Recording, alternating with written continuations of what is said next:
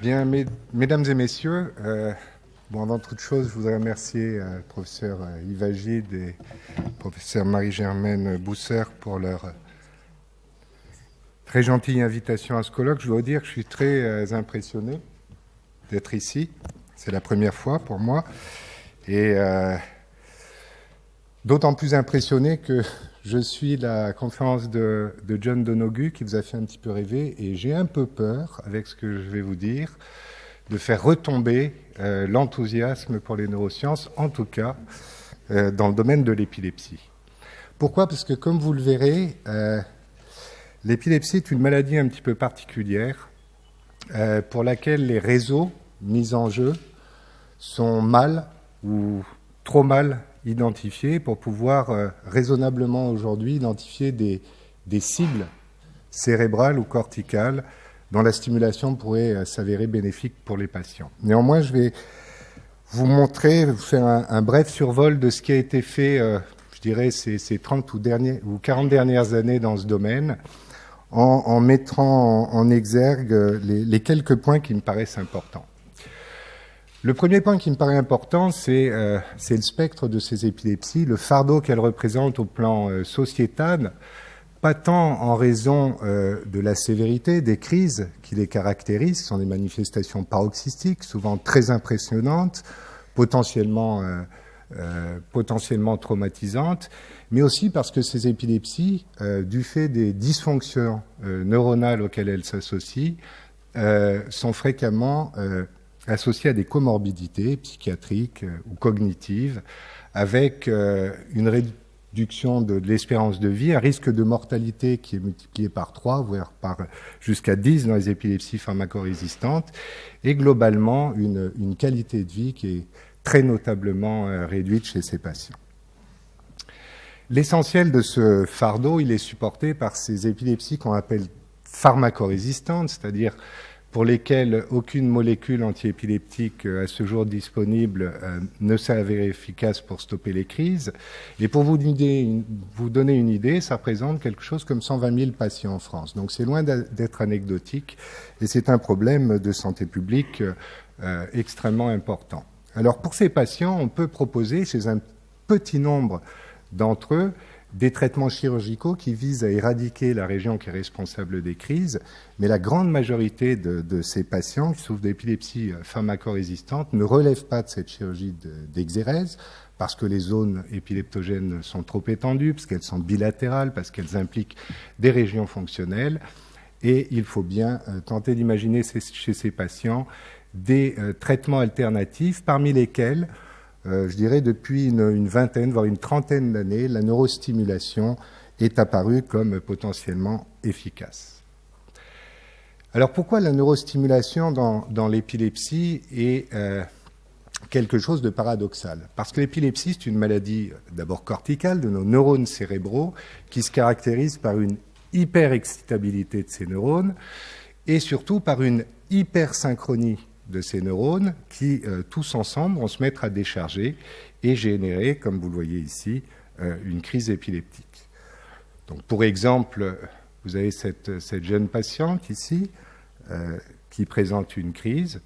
Vous voyez ici son activité électrique intracérébrale. Elle est enregistrée avec des électrodes à l'intérieur même du cerveau pour localiser la zone responsable des crises. Vous voyez, au moment où ces neurones se mettent à s'hypersynchroniser dans des fréquences relativement rapides, dans une région assez limitée de son cortex, sa crise épileptique débute, qui se manifeste ici par une impression désagréable de nausée, d'envie de vomir, d'une crise assez brève, qui s'achève ensuite par cette synchronisation lente des neurones qui marque la fin de l'accès.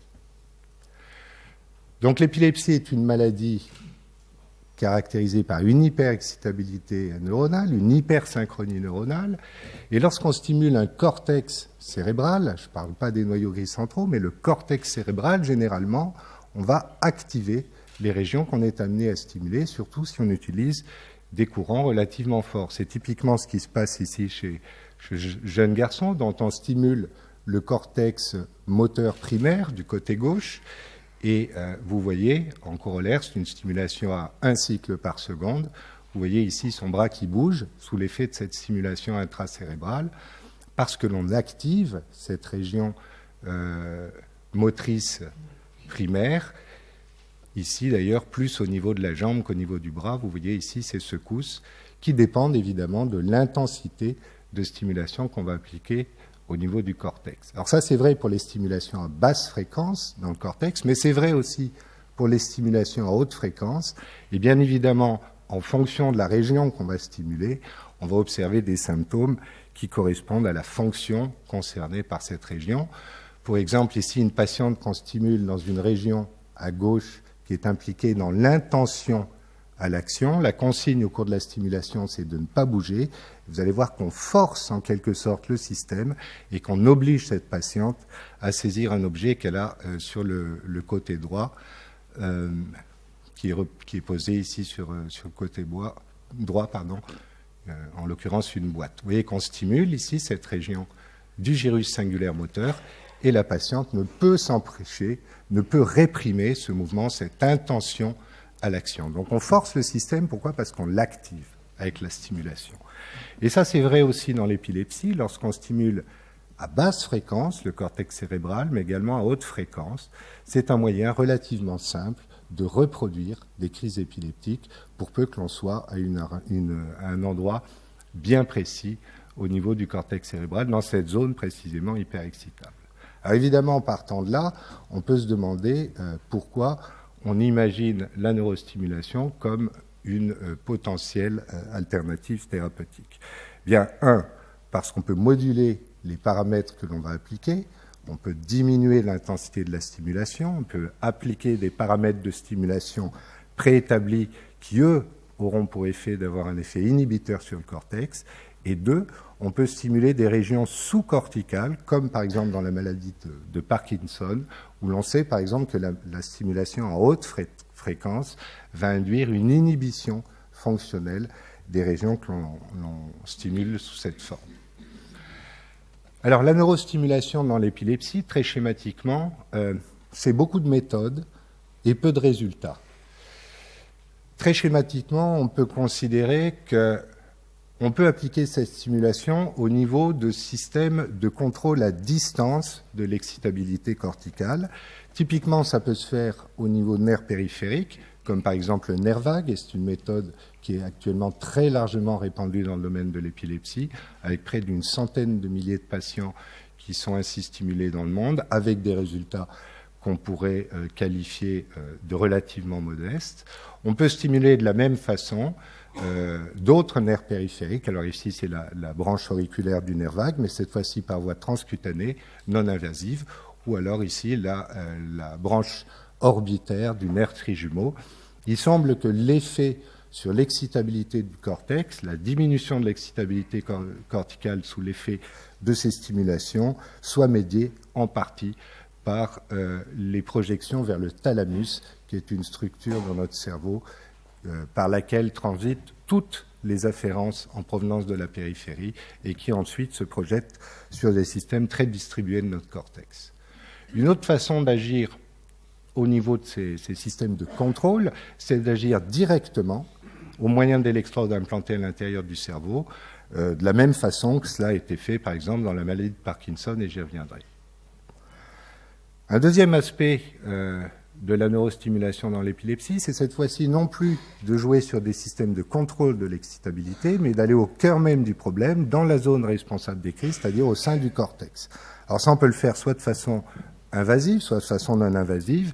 Une façon relativement simple de moduler l'excitabilité du cortex, c'est d'appliquer une stimulation magnétique transcrânienne répétitive qui a un effet inhibiteur selon les paramètres utilisés sur l'excitabilité corticale, ou alors, ça c'est un peu plus récent, des méthodes de stimulation continue, en courant continu, plutôt de type cathodique, qui elles aussi ont un effet inhibiteur. Cette fois-ci, c'est plus une stimulation magnétique, mais c'est une stimulation électrique qui est appliquée directement au niveau du cortex. Pour être honnête, dans le domaine de l'épilepsie, ces deux méthodes sont loin d'avoir fait la preuve de leur efficacité. Une autre façon de faire, de nouveau, c'est d'aller au cœur de la zone épileptogène, cette fois-ci de façon invasive, en mettant une électrode au sein même des régions qui génèrent les crises, par exemple dans la région de l'hippocampe, qui est une région très impliquée dans certaines formes d'épilepsie du lobe temporal. Je me concentrerai principalement sur ces approches de stimulation cérébrale profonde dans l'épilepsie. John Donoghue vous a montré que dans le domaine de la maladie de Parkinson, d'autres mouvements normaux comme la dystonie ou dans le domaine de la psychiatrie, c'est une méthode qui a fait l'épreuve de son efficacité, en particulier dans la maladie de Parkinson, puisqu'elle est devenue spectaculairement efficace dans cette indication. Pour être honnête, dans le domaine de l'épilepsie, les choses restent encore à faire. Alors le père de cette technique, c'est Irving Cooper, qui dès les années 60, 70, a commencé à stimuler un certain nombre de cibles à l'intérieur du cerveau, dans différentes maladies neurologiques et psychiatriques, et notamment dans l'épilepsie. Et la première cible qu'il a visée au départ était le cervelet, en raison de sa situation en quelque sorte en dérivation sur le cortex cérébral, avec des résultats, il faut bien l'avouer, un peu mitigés. Depuis, le jeu, si on peut voir ça comme ça, a été de trouver la cible magique, un petit peu comme ça avait été fait dans la maladie de Parkinson, avec l'idée naïve dans le domaine de l'épilepsie qu'on avait une cible corticale ou sous-corticale unique qui permettrait de contrôler tous les types d'épilepsie quels qu'ils soient. Alors il y a différentes structures qui ont été stimulées, le cervelet, différents noyaux du thalamus, on y reviendra, le noyau antérieur ou le noyau parafasciculaire, les noyaux gris centraux, la substance noire, le STN, comme dans la maladie de Parkinson, le noyau codé, les tubercules mammillaires au niveau du tronc cérébral et enfin la région hippocampique. L'un des problèmes de toutes ces cibles corticales est que l'épilepsie se résume à ce petit tableau. Ce n'est pas une maladie unique et univoque, ce sont des maladies diverses et variées qui chacune ont un pronostic qui leur est propre, chacune font dysfonctionner des réseaux qui leur sont propres et chacune ont un traitement qui leur est spécifique. Partant de là, il est bien difficile d'imaginer qu'on puisse trouver pour cette énorme quantité de maladies différentes une seule cible qui permettrait de régler le problème de tous les patients. La deuxième évolution dans l'histoire de ces stimulations dans l'épilepsie, ça a été de trouver la méthode magique de stimulation. Et pour faire simple, la question qui se pose, c'est de savoir s'il faut, comme dans la maladie de Parkinson ou d'autres maladies, stimuler de façon continue, quitte à le faire de façon intermittente, ou alors s'il faut adapter cette stimulation à la caractéristique de la maladie épileptique, la caractéristique phénoménologique, qui est la survenue d'une crise. En d'autres termes, est-ce utile de stimuler alors que le patient ne présente aucune manifestation, et est-ce que ça n'est pas plus pertinent de stimuler au moment où une crise survient pour essayer de la bloquer, ce qui a le double avantage d'agir sur la manifestation elle-même et de préserver la batterie du stimulateur, puisque c'est une question qui peut se poser chez ces patients. Alors, je n'entrerai pas dans le détail d'un certain nombre d'études qui ont été faites. Ici, ça a été fait chez Olivier David et Antoine de Polis à Grenoble. Mais juste pour faire passer deux petits messages. Le premier, c'est que lorsqu'on stimule de façon continue ou de façon répétée trop rapide, on est moins efficace qu'avec des intervalles de stimulation qui sont relativement longs. Ici, 1 minute, c'est une étude qui a été conduite chez la Minimale, donc 1 minute c'est long. Pourquoi ? Parce que quand ces animaux font des crises spontanées, voilà, lorsque ces animaux font des crises spontanées, l'intervalle entre les crises est extrêmement rapproché. Vous voyez ici 50 secondes dans les intervalles les plus courts et entre 15 et 20 secondes pour les plus longs et 15 et 20 secondes pour les intervalles les plus courts. Ce qui veut dire que ces animaux sont pratiquement en état de mal épileptique, ils crisent en permanence et qu'effectivement, appliquer la stimulation à chacune de ces crises revient à appliquer la stimulation de façon continue. Donc, premier message, lorsqu'on applique une stimulation de façon continue, il faut mieux l'appliquer de façon intermittente avec un intervalle libre suffisant. Le deuxième message, c'est que lorsqu'on stimule de façon adaptative, c'est-à-dire à chaque crise, il existe une période réfractaire au niveau de laquelle il est inutile de stimuler. Et dans cette étude qui a encore été conduite chez Antoine de Polis et Olivier David, il existe un plateau qui se situe aux alentours de 40 secondes, en tout cas chez l'animal, en deçà duquel il n'est pas utile de stimuler puisqu'on tombe en plein dans une période réfractaire. Donc ce sont ce genre d'informations qu'on arrive à colliger chez l'animal pour essayer de faire les choses au mieux chez l'homme. Alors le troisième aspect, c'est que ça fait un certain temps qu'on cherche le patient magique qui aurait le bon goût de répondre aux différentes techniques de stimulation qu'on lui propose. Et vous voyez que le nombre de patients qui a été stimulé sur les 25-30 dernières années est relativement faible, voire ridiculement faible, eu égard à la demande, avec des réponses qui pour l'instant ne sont pas obtenues pour la plupart de ces cibles en raison du design des études cliniques, mais également en raison de la petitesse des populations traitées. Il y a néanmoins 2 stimulations qui aujourd'hui ont été approuvées, aussi bien par la communauté européenne que par la FDA, dans le traitement de l'épilepsie, car elles ont montré une efficacité par rapport à un placebo. La première de ces techniques, c'est la stimulation antérieure du thalamus. Alors c'est une méthode qui a du sens parce que le noyau antérieur du thalamus, ce petit noyau ici, en rouge, est un noyau qui est branché en dérivation sur un système qu'on appelle le circuit de Papez, qui est un circuit qui joue un rôle extrêmement important dans les phénomènes de mémorisation, mais également dans les manifestations émotionnelles. Et c'est un circuit qui est très largement impliqué dans une majorité des crises d'épilepsie du lobe temporal. Donc ça a du sens d'aller essayer de brouiller ce circuit au moyen d'une stimulation. Alors c'est Cooper qui, le premier, a montré un effet potentiel de cette méthode chez quelques patients. Et puis ensuite, comme c'est souvent le cas, retour à la paillasse et retour aux études animales qui ont permis de montrer que lorsqu'on coupe le faisceau mamillo-thalamique, eh bien, on prévient la survenue de crises chez le cochon d'Inde, que lorsqu'on stimule le corps mammillaire à des fréquences élevées, c'est-à-dire aux alentours de 130 Hz, on diminue la fréquence des crises et on augmente le seuil de crise chez les animaux ainsi traités. Et enfin, c'est les études les plus récentes, la stimulation à haute fréquence de ce noyau antérieur du thalamus permet également d'avoir un effet antiépileptique. Et ça a été montré non seulement chez le rat, mais dans d'autres modèles animaux et dans différentes formes d'épilepsie. Alors il y a un certain nombre d'études qui ont été faites, toujours sur des petites populations, avec une efficacité sur la fréquence des crises qui est très variable, vous le voyez. Mais je dirais qu'il y a 2 choses qui sont intéressantes. La première, c'est qu'il existe des cas dans lesquels il n'y a pas de différence entre une stimulation on et une stimulation off.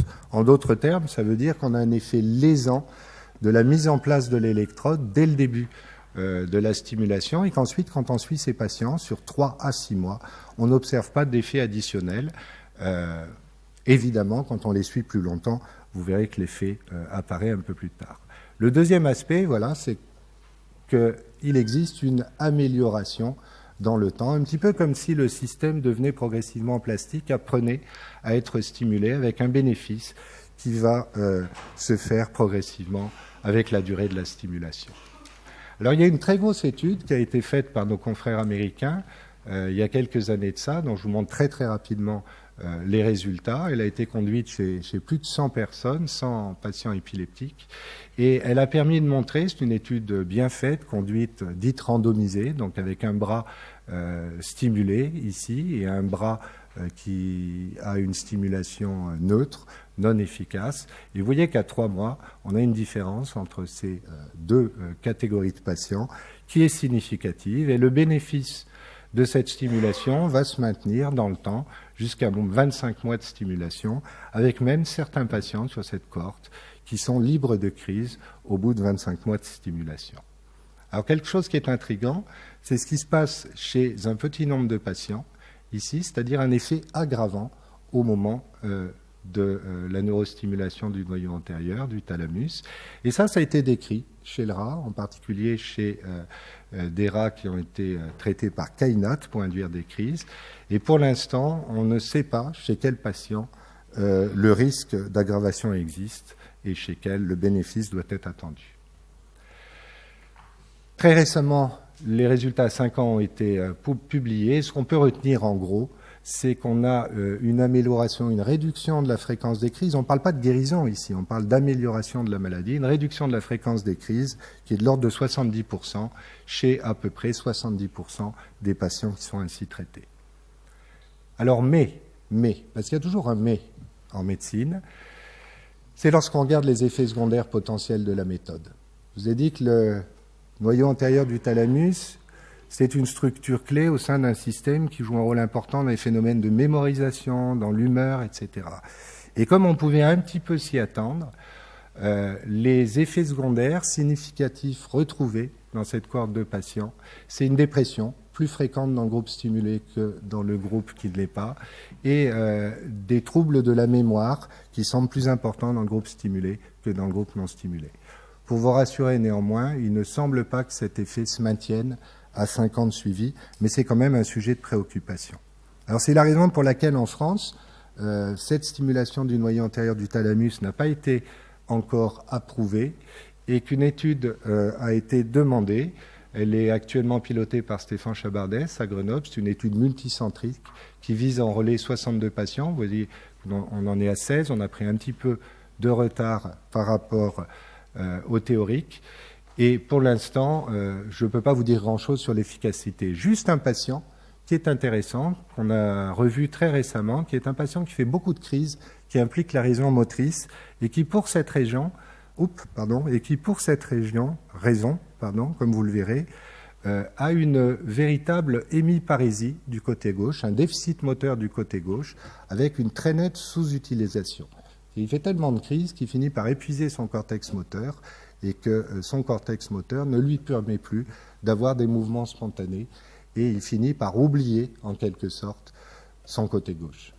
Depuis que ce patient a été stimulé, il fait beaucoup moins de crises et vous pouvez voir sur cette vidéo, maintenant, que lorsqu'on lui demande, son côté gauche bouge beaucoup mieux. Il a tendance à s'en servir maintenant spontanément, il a tendance à s'orienter vers son côté gauche, il a tendance à le mouvoir de façon beaucoup plus fluide et à ne plus l'oublier. Donc c'est un effet intéressant qui n'est pas directement épileptologique, mais lié au fait qu'on a réduit la fréquence des crises et qui ouvre peut-être d'autres perspectives par rapport à certaines choses que l'on connaît en neurologie, qui sont ces syndromes d'héminégligence qu'on peut être amené à observer dans les accidents vasculaires cérébraux, par exemple. Le deuxième type de stimulation, si je ne suis pas trop en retard. Combien de minutes vous désirez? Le maximum. 2-3 minutes. Le deuxième type de neurostimulation qui a été approuvé, c'est une stimulation adaptative, en boucle fermée.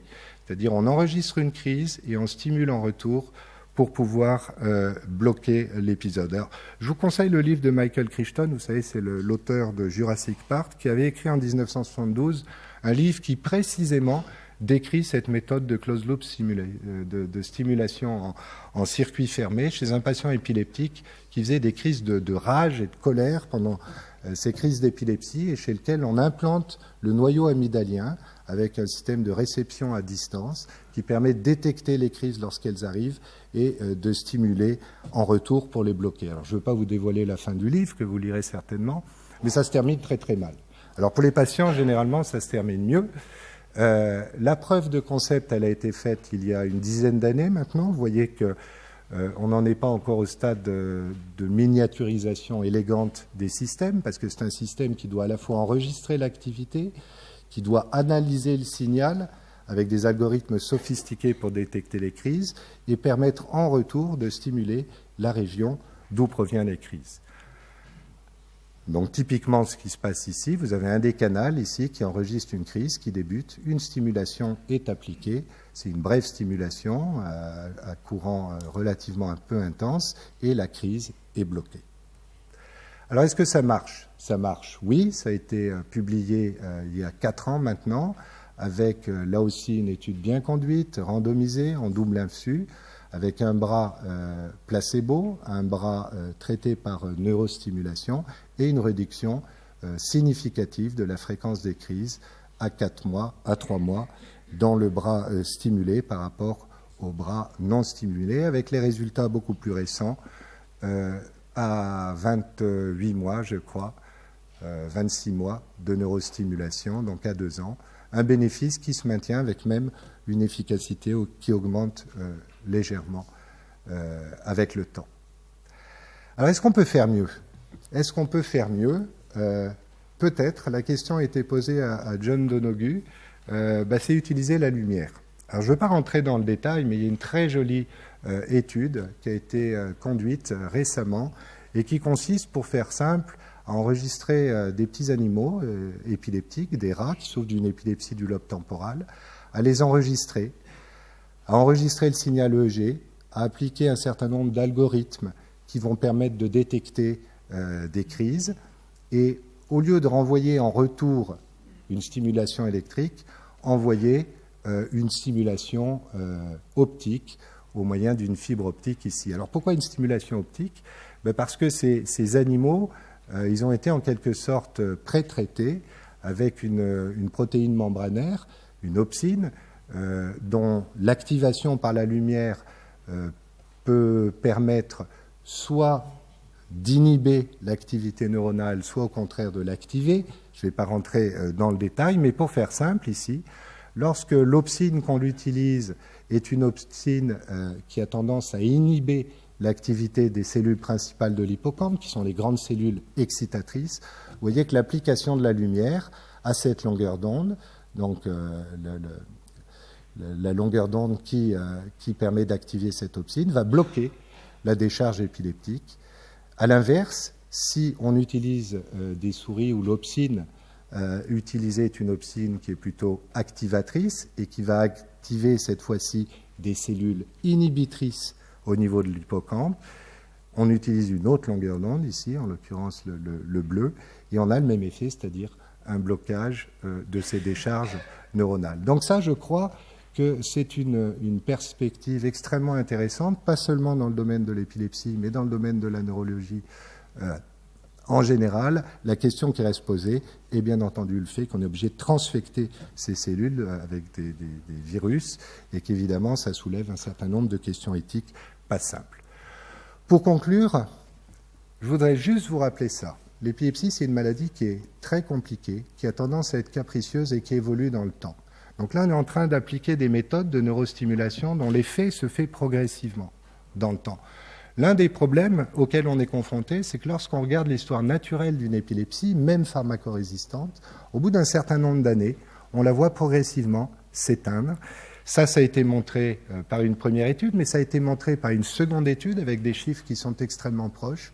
Et évidemment, ça soulève un certain nombre de questions, c'est-à-dire est-ce que finalement l'effet qu'on observe aujourd'hui avec la neurostimulation n'est pas simplement l'effet du suivi, de l'évolution naturelle de la maladie. Voilà, je vous remercie de votre attention.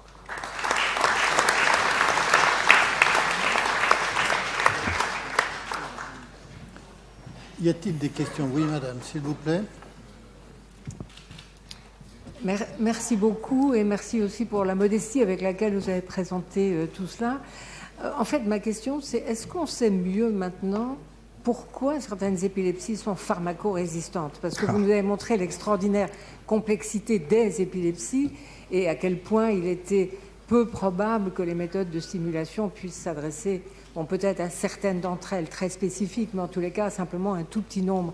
Donc on a envie de revenir à la pharmacologie. Pourquoi est-ce qu'on sait mieux pourquoi certaines épilepsies sont pharmacorésistantes? Alors, la question que vous posez, elle est cruciale. Donc tout le monde se pose cette question-là et personne n'y a répondu. Alors il y a quand même un élément qui est très important, c'est qu'on a le sentiment que ce sont des épilepsies qui sont pharmacorésistantes d'emblée. C'est une forme d'épilepsie particulière. Pour quelle raison? Pour deux raisons. Le pourcentage de patients pharmacorésistants, il est le même depuis un siècle. On avait à peu près la même fréquence de pharmacorésistance sous bromure qu'actuellement avec plus de 50 molécules à notre disposition. Et la deuxième chose, c'est que lorsqu'on donne un médicament à un patient, lorsqu'il résiste à la première molécule, il a 10% de chance de répondre à une deuxième molécule. Et lorsqu'on lui donne cette deuxième molécule, il n'a plus qu'une chance sur 100 de voir l'efficacité du médicament appliqué. Donc on a l'impression qu'il y a des mécanismes qui existent d'emblée. Il y a une piste qui a été suivie, qui est celle de la PGP, qui sont des protéines de pharmacorésistantes qu'on connaît bien dans le cancer. Il y a eu un grand engouement là-dessus, ça a duré 5 ans, comme souvent en épilepsie, et c'est retombé comme un soufflet. Jean-Pierre Changeux, et ensuite Denis Jérôme. Juste sur le même sujet, sur la pharmacorésistance, est-ce que, effectivement, vous faites cette stimulation sur des sujets pharmacorésistants, mais est-ce que la stimulation changerait éventuellement la pharmacorésistance? Parce que vous n'utilisez pas les médicaments quand vous faites vos stimulations. Si, on garde les médicaments. Mais la s'ils plupart sont pharmacorésistants. Oui. Ah ben oui, on les garde parce que si on les enlève, le risque, c'est qu'ils passent en état de mal épileptique et qu'ils décèdent. Donc ça veut dire qu'il faut bien comprendre le terme pharmacorésistance et sa marche n'est pas assez. Il y a encore des crises malgré beaucoup de médicaments. D'accord, donc la stimulation ne change pas la pharmacorésistance jusqu'à ces jours. Alors on peut réduire les médicaments parce qu'on réduit l'excitabilité corticale, donc on ne change pas la pharmacorésistance, on va changer le besoin en médicaments pour aboutir à un seuil de crise acceptable. Par contre, la question que vous posez, elle est intéressante parce qu'on change la pharmacorésistante avec la chirurgie de résection. Ça, on le sait maintenant. On sait qu'on a à peu près 30% des patients qui sont opérés par la chirurgie de résection, qui vont plus faire de crise, mais qui, dès lors qu'on va arrêter les médicaments, vont recommencer. Alors, on leur donne des médicaments et de nouveau, ils reviennent pharmacosensibles. Donc, une vision un peu naïve de penser, c'est peut-être qu'on a enlevé suffisamment de tissu cortical pour que finalement les médicaments soient efficaces sur la petite portion du réseau qui reste. C'est une vision très très mécanistique des choses. Ou on n'a pas trouvé les bons médicaments. Ou on n'a pas trouvé le bon médicament, mais à mon avis, on n'est pas près de le trouver parce qu'on fait toujours la même erreur récurrente, on utilise les mêmes modèles et on n'en sort pas. Merci. Denis Jérôme. Ensuite, oui, il y a deux autres questions, donc des questions rapides, des réponses rapides. Des effets précurseurs à une crise, et si oui, sur quelle durée s'étendent-ils? Des effets précurseurs? C'est-à-dire la période anticipatoire. Anticipatoire, voilà. Alors ça, il y a eu un énorme engouement il y a une dizaine d'années là-dessus, et on avait des phénomènes d'anticipation qui étaient jusqu'à 1 heure avant la survenue des crises, notamment des phénomènes, je le dis pour Marie-Germaine Bousser, des phénomènes vasculaires. Donc le couplage neurovasculaire dans l'épilepsie, c'est quelque chose qui mérite d'être sérieusement fouillé. Il y a eu beaucoup de méthodes de détection avec des analyses non linéaires du signal EEG pour voir si on pouvait anticiper les crises. Il y a eu une grosse étude faite sur tous les algorithmes qui existent pour tester la sensibilité et la spécificité de la méthode, et ça a fait, comme toujours en épilepsie, plop. Oui, moi je voulais vous poser une question à propos du neurofeedback qu'on a vu comme une technique pouvant être appliquée lors de la survenue des crises, en détectant les périodes dont vous parliez tout à l'heure de survenue des crises et en demandant au sujet d'essayer de trouver la façon par lui-même de bloquer les crises. Quels sont les résultats de cette technique? Super. Alors pour l'instant, ça ne marche pas du tout. Pour une raison qui est très simple, c'est que ça va trop vite. C'est-à-dire qu'à partir du moment où la crise débute, les choses sont engagées, le patient n'a pas le temps de pouvoir s'entraîner. Par contre, pour revenir aussi à la question précédente, il y a quand même des périodes anticipatoires de quelques dizaines de secondes, voire de l'ordre de la minute, qui permettent d'imaginer que, voilà, on va détecter un risque de faire une crise. Et à ce moment-là, alors c'est pas du 100%, mais au moins dans cette période-là, ça donne aux patients le temps de réagir, éventuellement de mettre en place une méthode de biofeedback. Ça a été fait par les Australiens, qui eux ont un système de détection intracrânien, comme ça, relié à un petit palme, qui s'allume en rouge et en bleu, en fonction du risque ou pas de présenter une crise. Donc voilà, le patient se réveille, il a son petit palme qui lui dit « Ouh là là, vite tempête ce matin, c'est rouge, je reste chez moi ». Ou au contraire, ciel bleu, tout va bien, je peux sortir et je ne prends pas de risque de faire une crise. Donc on est en train d'évoluer progressivement vers ce type d'outil. Une question devant vous, je vous en prie. Et il y a un petit bouton pour activer le micro, voilà, sur le panneau. On. Non, marche. Oui, j'étais tout à fait passionné par votre exposé et par l'exposé précédent sur les machines, mais vous avez parlé l'un et l'autre de ces cliniques et vous avez vous-même évoqué le terme d'autorisation. Alors, ma question concerne les procédures. Bien sûr, j'imagine que le recueil du consentement est exigé. encore que dans certains contextes, on sait qu'on peut en discuter la validité. Mais surtout, quelles sont les procédures que vous suivez? Quels sont les prérequis, les volontaires sains, bien sûr, je ne pense pas qu'on en recrute facilement. Dans ce domaine, d'autre part, pas davantage en ce qui concerne les randomisations. Autrement dit, on voit bien que les procédures, par nature même des essais, échappent aux conditions particulières ou aux exigences des lois qui existent dans d'autres domaines. Alors, quels sont les textes, s'il en existe? Quelles sont les autorités que vous consultez?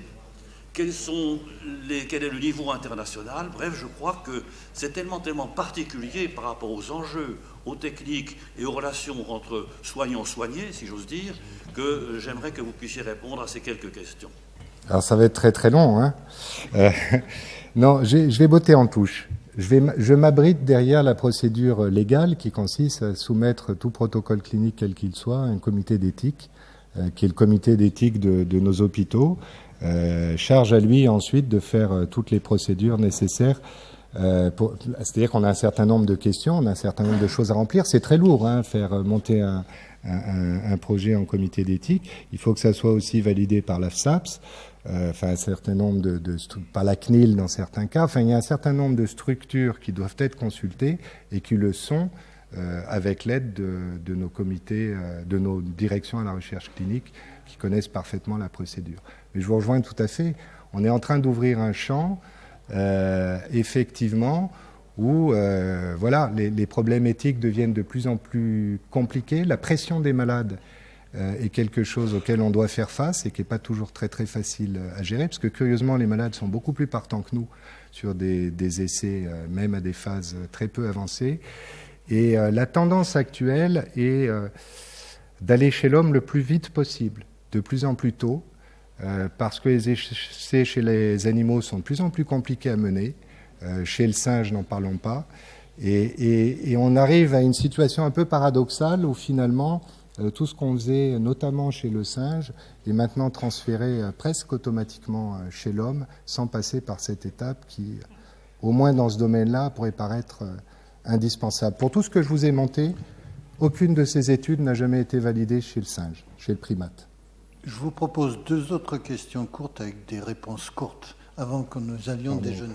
Madame à gauche et ensuite Philippe Taquet. Moi, j'y connais rien en épilepsie,